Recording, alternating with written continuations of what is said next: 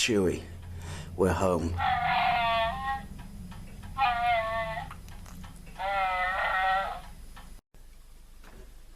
Oh yeah, sexy biscuits. Nice. Longboard Blues, 1975. A YouTuber who's on the rise. Reviewing games, rated I and sometimes friends. But Longboard Blues, 1975.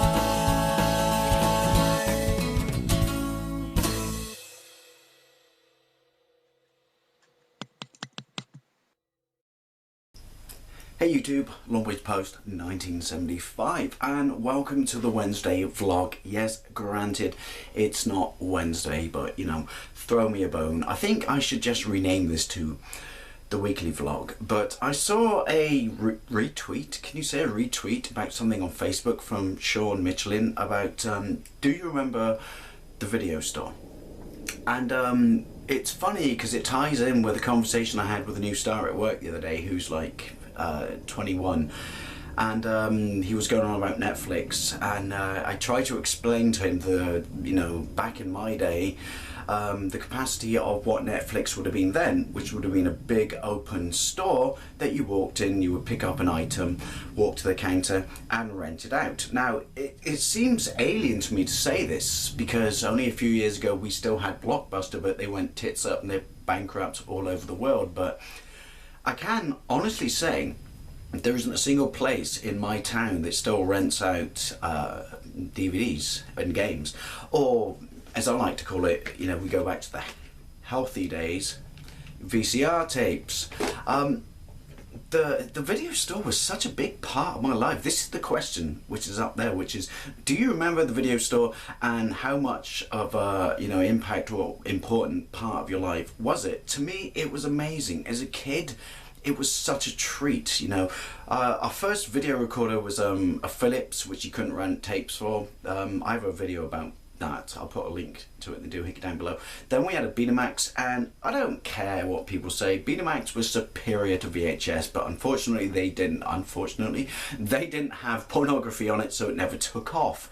But when we had our first, you know, VHS, VCR, it was amazing.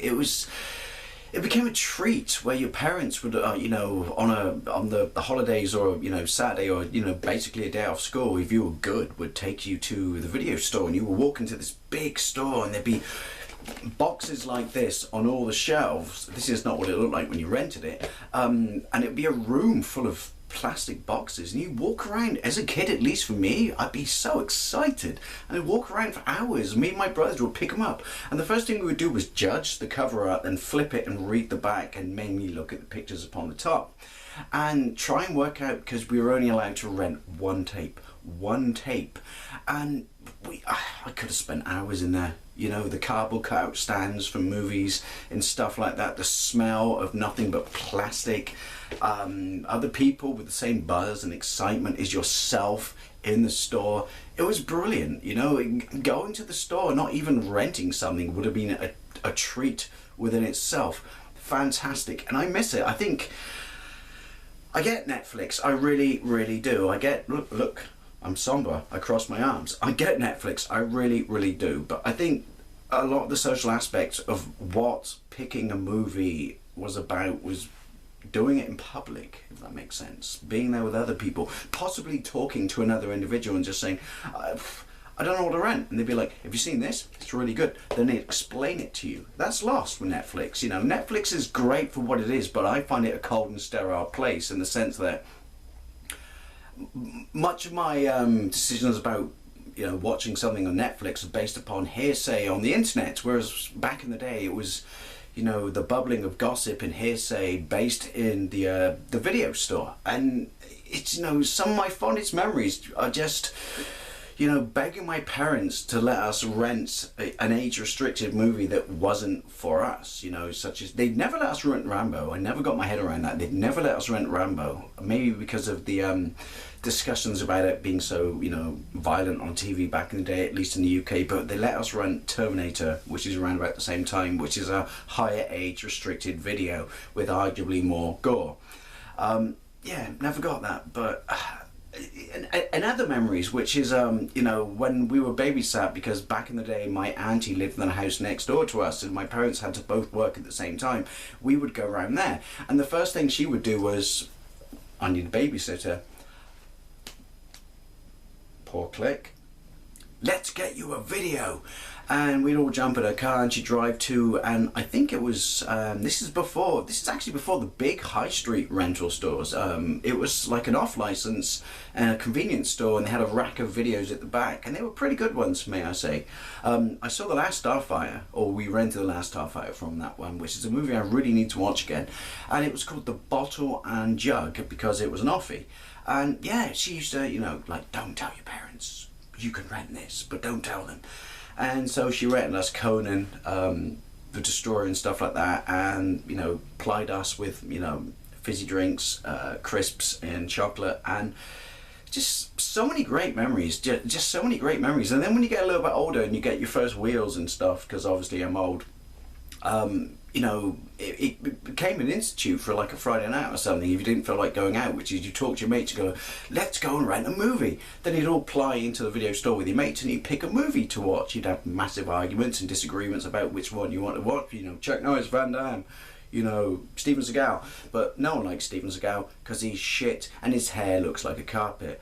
But I just, you know, it's part and parcel of my entire life. You know, going downtown and renting a video is part and parcel of my entire life, from youth, you know, to being an adult. And yeah, until I saw that post, or, you know, from Sean, I never really thought about it, which is, it's really sad that we don't have these, because you could argue that they're social, you know, centres where people meet, mingle, discuss, debate. That may sound too strong a descriptive description, but that's a really odd descriptive term there.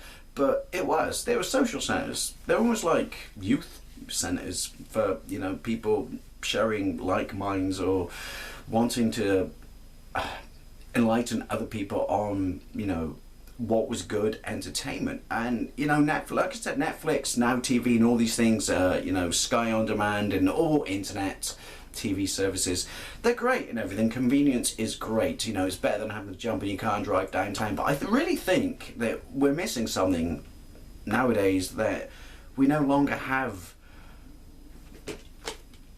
the video rental store. I think, you know, and trying to explain to this person at work, which is where this question came from, which is, you don't get it, you don't understand. And they're like, yeah, but why would I want to go there when I can do this? Because it was more than just watching a movie. It was an event within itself.